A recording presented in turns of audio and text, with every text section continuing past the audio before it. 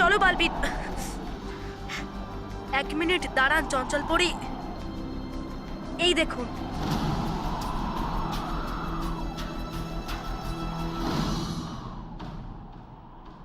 এই দেখুন চঞ্চল পরি, মেহেরের এখানে থাকার প্রমাণ।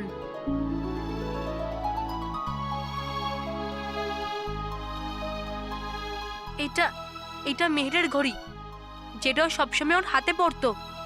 বালবির, তুমি নিশ্চিত তো যে এটা এটা মেহেরের ঘড়ি? হ্যাঁ চঞ্চল পরি, আমি একদম নিশ্চিত এই ঘড়িটা মেহেরের। এর মানে মেহের জীবিত। চঞ্চল পরি, মেহের জীবিত।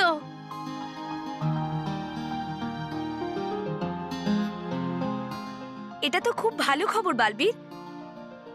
এই ঘড়িটা পাওয়াতে একটা কথা তো নিশ্চিত হওয়া গেল যে মেহের এখানে এসেছিল, আর ও এখান থেকেই ফোনে কথা বলেছিল। এটার থেকে আমরা এটাও বুঝতে পারি যে মেহেরের খাদে পড়ে যাওয়া আর এই পুরো জঙ্গলে হারিয়ে যাওয়া এটা কোনো ঘটনা নয়, বরং একটা ষড়যন্ত্র। আর আমার তো মনে হচ্ছে মেহের এই জঙ্গলেই কোথাও আছে, কিন্তু কিন্তু কারোর কাছে বন্দী।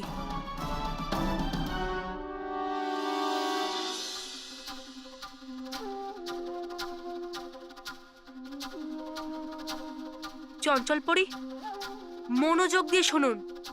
আপনি কি কোথাও বাঁশি বাজার আওয়াজ পাচ্ছেন? হ্যাঁ বালবির, আমি হালকা হালকা বাঁশির সুর তো শুনতে পাচ্ছি। আর আমার মনে হচ্ছে যে এটা কোনো সাধারণ সুর নয় বালবির, মনে হচ্ছে এটা মায়াবী সুর।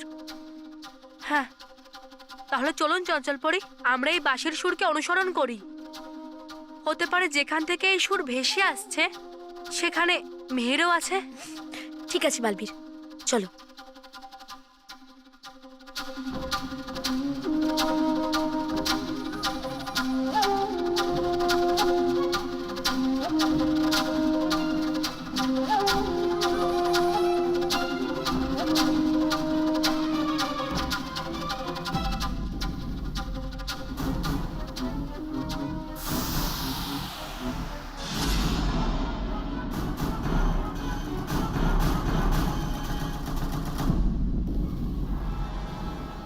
ঘুমিয়ে পড়েছে মেহের।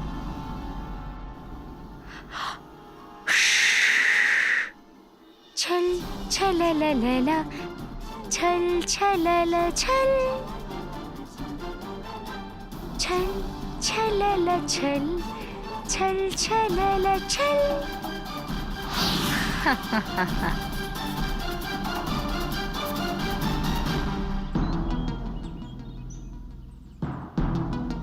চঞ্চল পরি, হঠাৎ করে এই বাঁশির সুর থেমে গেল কেন? মনে হচ্ছে যে বাজাচ্ছে সে আমাদের আসার আভাস পেয়ে গেছে। না চঞ্চল পরি, এটা হতে পারে না। কারণ যদি এমনটা হতো, ও নিজের সুরের দ্বারা আমাদেরকে ধন্দে ফেলার চেষ্টা করত, কিন্তু ও এমনটা করেনি। তবে চঞ্চল পরি, এটা আমার দৃঢ় বিশ্বাস যে ওই সুর আশপাশ থেকেই আসছিল। সেটাও জানতে পেরে যাব বালবির, কিন্তু তার আগে আমি রানীপরি আর কেশপরীকে গিয়ে এই সুসংবাদটা দিয়ে আসি যে মেহের বেঁচে আছে, আর তাই যাতে ওনারা তোমার সমস্ত শক্তি তোমাকে ফেরত দিয়ে দেন, যাতে তুমি ওই মায়াবী শক্তিকে খুঁজে বের করে মেহেরকে বাঁচিয়ে আবার ফিরিয়ে নিয়ে আসতে পারো। না চঞ্চল পরি, আপনি মেহেরের সম্বন্ধে কাউকে কিচ্ছু বলবেন না। কেন বালবির? কারণ কেউ আপনার কথা বিশ্বাস করবে না। মা আর রানীপরি এটাই ভাববেন যে আমার শক্তি ফিরিয়ে দেওয়ার জন্য আপনি কোনো অন্য বুদ্ধি প্রয়োগ করছেন। এইবারে আমি মেহেরকে নিজেই খুঁজব, আর মেহেরকে বাঁচানোর জন্য যেই কাজ আমার অসম্পূর্ণ থেকে গিয়েছিল সেটাকে আমি নিজে সম্পূর্ণ করব। ঠিক আছে বালবির, কিন্তু তোমাকে আমাকে কথা দিতে হবে যে তুমি যদি কোনো সমস্যার মধ্যে পড়ো তাহলে অবশ্যই তুমি আমাকে সাহায্যের জন্য ডাকবে। ঠিক আছে। নিজের খেয়াল রেখো বালবির। ধন্যবাদ চঞ্চল পরি, কিন্তু চঞ্চল পরি, আপনি এখন আমাকে বাড়িতে পৌঁছে দিন, নাহলে সবাই চিন্তা করবে যে যে যে বলু কোথায় গেছে। ঠিক আছে।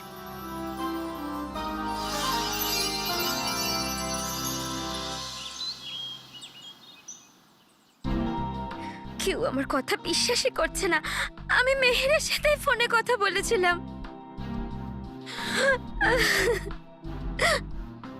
মেহের কোনো সমস্যা আছে, ওর আমাদের প্রয়োজন।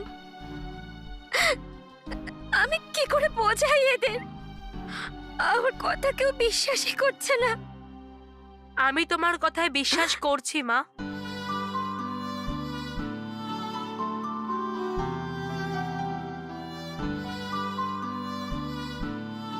হ্যাঁ মা, আর আমি তোমার বিশ্বাস সত্যিতে পরিণত করে দেব। আর আমি মেহেরকে খুঁজে নিয়ে আসব। তুই একা নয়, আমরা।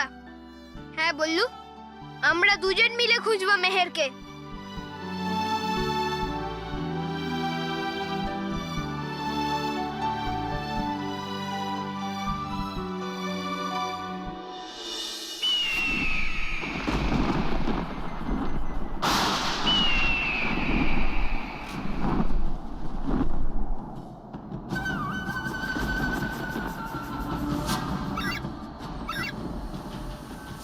কি সত্যি এইসব তুমি নিজের চোখে দেখেছো?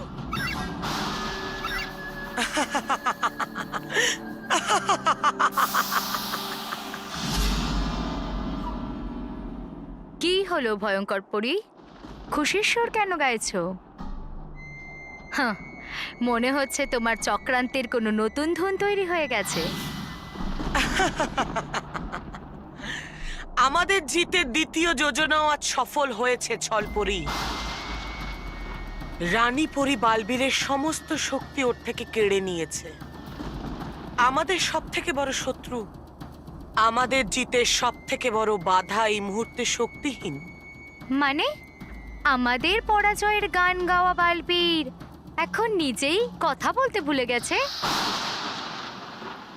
এখন 3টি লোকে আমাদের জয়ের সুর বাজবে। ছল ছলেলেলেলা, ছল ছলেলা ছল।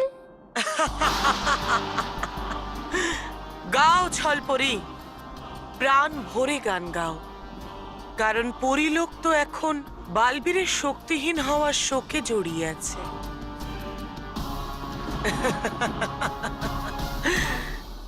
আমাদের পথের সব থেকে বড় কাঁটা এখন একটা সামান্য নুড়িতে পরিণত হয়েছে, যেটা সরানো কোনো বড় ব্যাপার নয়। ছল ছলেলেলেলা, ছল ছলেলা ছল। বাহ বাহ, কি সুরেলু খবর।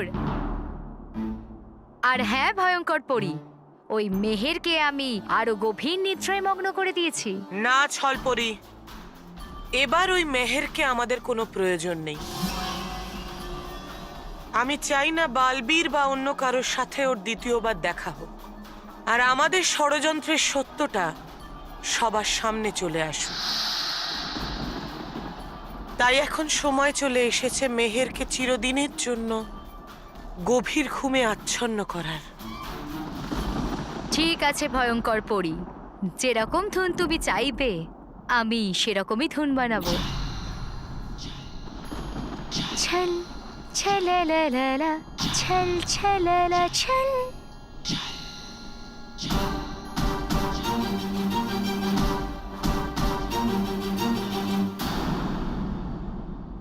এবার সফলতা আমার পায়ে এসে প্রণাম করবে।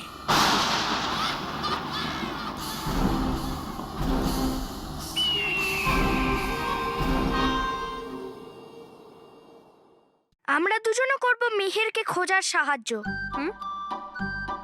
তোমরা দুজন? কিন্তু তুমি যে বললে যে তোমার ভাই কুকি তোমার বাবার সঙ্গে কোথাও একটা ঘুরতে গেছে। হ্যাঁ, তাও আমাদের সাথে আসতে পারে। কি করে? এভাবে। এই দেখ, এসে গেল না ও আমাদের সাথে। ভেবে নে বুকি, আমাদেরকে জীবন বাজি রেখে খুঁজতে হবে মেহেরকে। জীবন লাগিয়ে? আরে এটা আর কি এমন ব্যাপার? হ্যাঁ, এটা তোমার জন্য বড় ব্যাপার নয়। আরে কোনো বড় ব্যাপার নয়। আমি তো জীবন এইভাবে লাগিয়ে দিতে পারি। ব্যাস 2 মিনিটে আমি লাগাতে পারি। দেখো। আচ্ছা, কি করে? এক্ষুনি দেখো।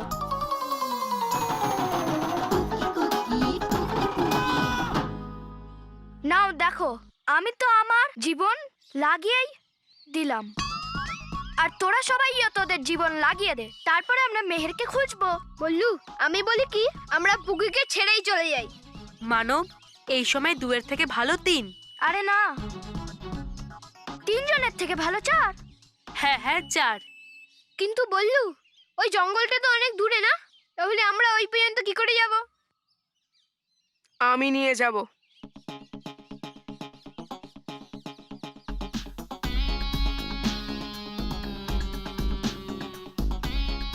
মন্টু, তুমি আমাদের জঙ্গলে নিয়ে যাবে?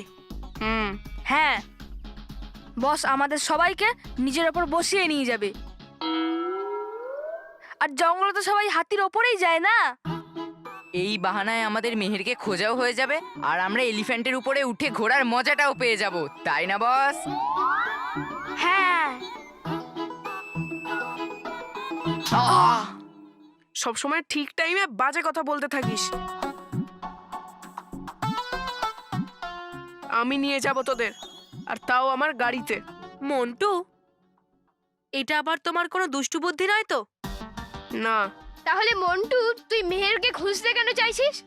ব্যাপারটা হলো, এতদিন পরে বসকে মজা দেখাইনি না, এই জন্যে বস মেহেরকে মিস করছে। ঠিক বলেছো। আসলে কি, সামনের জন যখন টক্করের হয় না, তখন আমার বিরক্ত করতে আরো ভাল লাগে। আর তাই আমি মেহেরকে সব থেকে বেশি বিরক্ত করতাম। কিন্তু ও তো এখন নেই, তাহলে আমি কাকে বিরক্ত করব? তোদের মতো পুচকেদের? নিশ্চয়ই না। তাই আমি মেহেরকে আমাদের স্কুলে দেখতে চাই। চাই মানে চাই, বুঝেছিস? বাহ বস বাহ। কে বলে তোমার মাথায় বুদ্ধি নেই? আমরা বলি, এরা বলে, সারা স্কুল বলে।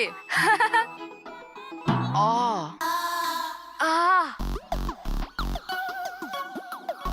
চ গিয়ে মেহেরকে খুঁজি।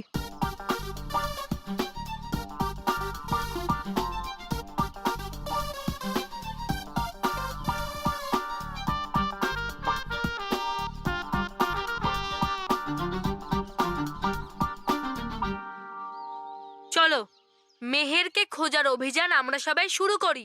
হুম। হ্যাঁ। হ্যাঁ,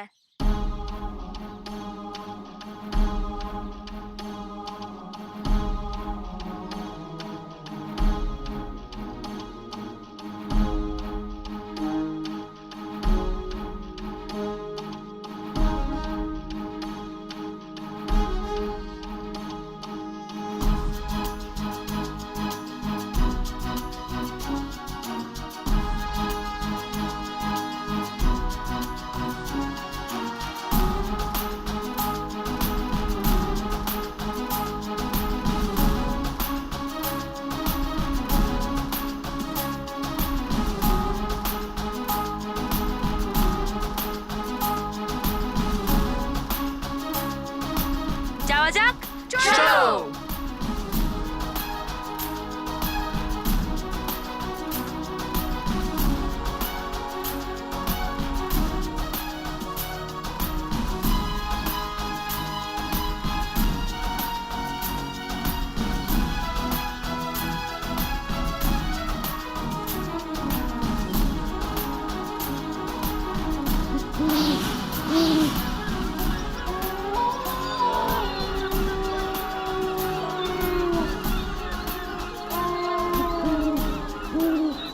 কি ঘন জঙ্গল। চল চলে যাই। হুম। আরে আমি বাড়িতে যাওয়ার কথা বলছি। তোরা কোথায় যাচ্ছিস? আমার এখানে খুব ভয় লাগছে। কাকে? জঙ্গলকে? না, মন্টুকে। যদিও ভয় পেয়ে আমার উপর পড়ে যায় তাহলে? হ্যাঁ, হ্যাঁ, এখানে বসকে তুলতে তো ক্রেনও আসবে না। ও ভয় পেও না। যদি আমাদের মেহেরকে খুঁজতে হয়, তাহলে এই জঙ্গলের ভেতরে ঢুকতে হবে।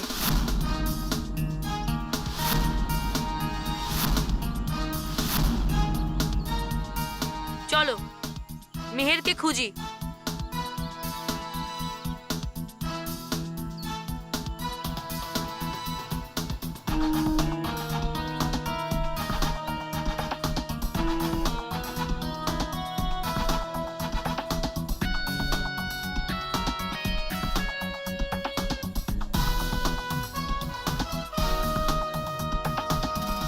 আরে বস, তুমি ভয় পাচ্ছ কেন? পুরো জঙ্গল তো হাতির থেকে ভয় পায়।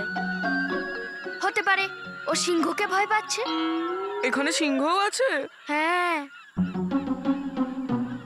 এখানে সিংহ আছে। কোথায় সিংহ? আমার মনের মধ্যে একদম ফ্রেশ। আরে শোন, হোমওয়ার্ক না করলে পরে ডান্ডা, হোমওয়ার্ক না করলে পরে ডান্ডা। আরে আজকে মন্ডে মন্ডে মন্ডে।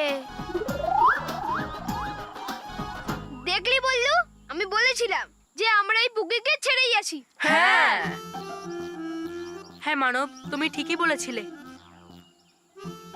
কিন্তু এখন আমার কথা সবাই মনোযোগ দিয়ে শোনো। সামনে অনেক বড় জঙ্গল, তাই সময় বাঁচানোর জন্য আমাদের আলাদা আলাদা দিকে ছড়িয়ে পড়তে হবে। মানে আমরা একদিকে আর মন্টু বস একদিকে? Sorry boss. মানব আর পুকি, তোমরা দুজন এক দলে, আর তোমরা দুজন মেহেরকে খোঁজার জন্য বাঁ দিকে যাবে। মন্টু আর তোমরা তিনজন এক দলে, আর তোমরা মেহেরকে খোঁজার জন্য ডান দিকে যাবে। তাহলে যাও। আর বললু তুই? তোমরা সবাই আমার চিন্তা একদম করো না। আর এমনিতেও আমাদের কাছে এই ওয়াকি টকি আছে তো, আমরা এর সাহায্যে যে কোনো জায়গায় কথা বলতে পারি। তাহলে যাও। চলো চলো।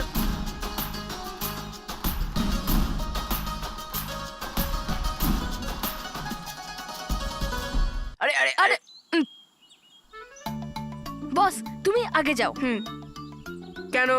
কারণ বস, হাতি আগে গেলে এই গাছগুলো ভাঙবে, আর তাহলে আমাদের যাওয়ার রাস্তা হবে। চল। কোথায় বস, কোথায়? পিৎজা বার্গার খেতে? বস এনা 1 নম্বরে পেটুক, 1 নম্বরে পেটুক। যখন দেখি তখনই খাবার চিন্তাই করতে থাকে, একদম তোমার মতো।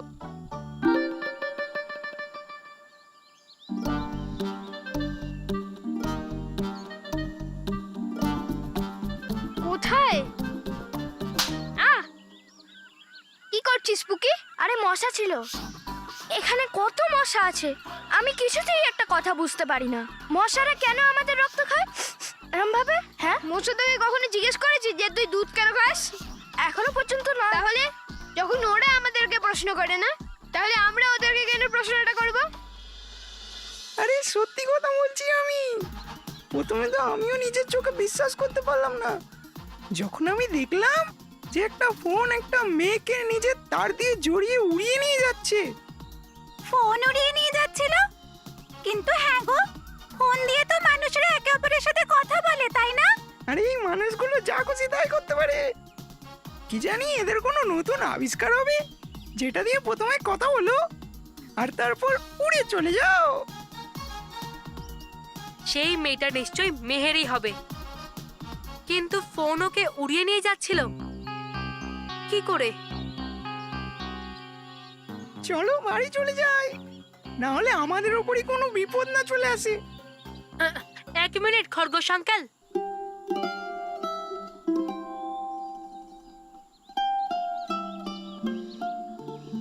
এই বাচ্চাটা আমাদের কথা শুনতে পাচ্ছে না তো? তুমি একদম ঠিক ধরেছো। আমি তোমাদের ভাষা শুনতে আর বুঝতেও পারি, আর তোমাদের ভাষাও বলতে পারি। ও, এবার কি হবে? মানুষরা আমাদের কথা বলতে আর বুঝতে শিখে গেছে।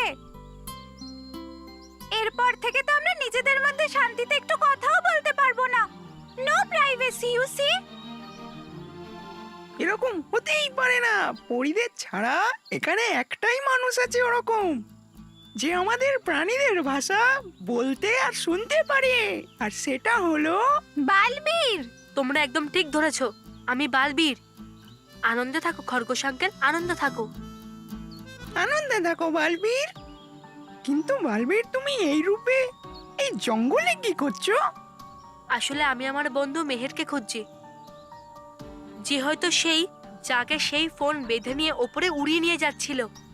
তোমরা একদম নিশ্চিত তো যে ওটা মেহের ছিল? হ্যাঁ বালবীর, আমি দিনে অনেকগুলো গাজর খাই, যার জন্য আমার চোখ খুব সচল আর কখনোই ভুল দেখতে পারি না। এর মানে ওই মেয়েটা মেহের হতে পারে। মানে মানে হয়তো তুমি ঠিক আছো মেহের, তুমি আমাদেরকে ছেড়ে কোথাও যাওনি।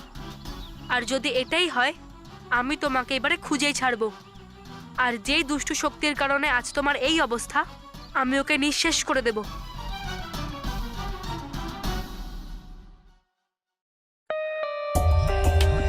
For more updates, subscribe to our channel, click the show links and enjoy watching the videos.